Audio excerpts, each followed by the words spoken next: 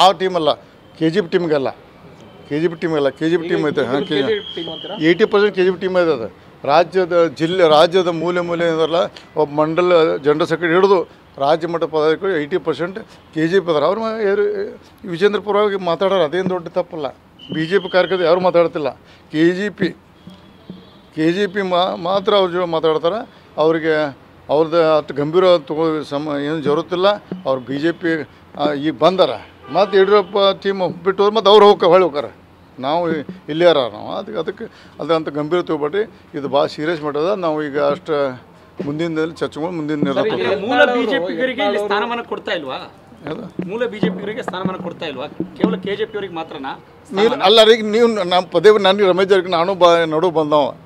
ನಾನು ಕಾಂಗ್ರೆಸ್ ಬಂದವ ಇಲ್ಲಿ ಏನು ನಿಜವಾದ ಕಾರ್ಯಕರ್ತ ಕೇರ್ ಪಾಪ ನಾ ಹೇಳಿದ್ರೆ ಅದು ಮಜಾ ಅಲ್ಲ ಅವು ಒರಿಜಿನಲ್ ಅದಾರಲ್ಲ ಅವ್ರ ಕಾರ್ಯಕರ್ತ ನಾನು ಹೇಳಿದ್ರೆ ತಪ್ಪಾಗುತ್ತೆ ಅವ್ರು ಕರೆದು ಒಂದು ಇಂಟ್ರ್ಯೂ ಮಾಡಿರಿ ಏನ್ರಿ ಅವ್ರು ಎಲ್ಲಿ ಬಂತು ಪರಿಸ್ಥಿತಿ KGP ಮತ್ತು ಅದು KGP ಹರೀಶ್ ಅಂತ KGP ಇಲ್ಲ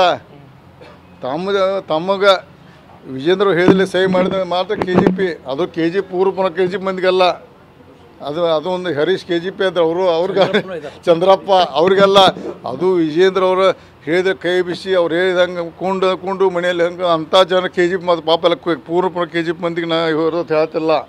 ಇಟ್ಕೊಂತ ನೋಡ್ರಿ ಅದಕ್ಕೆ ದಯವಿಟ್ಟು ಇದೊಂದು ನನ್ನ ಪಕ್ಷದ ಒಂದು ವಾತಾವರಣ ಇದೆ ಹೈಕಮಾಂಡ್ ಮನವಿ ಮಾಡ್ಕೋತೇವೆ ಒಂದು ಒಳ್ಳೆ ನಿರ್ಧಾರ ತೊಗೋಬೇಕಂತ ಸಂಬಂಧ ಮಾಡ್ತೇವೆ.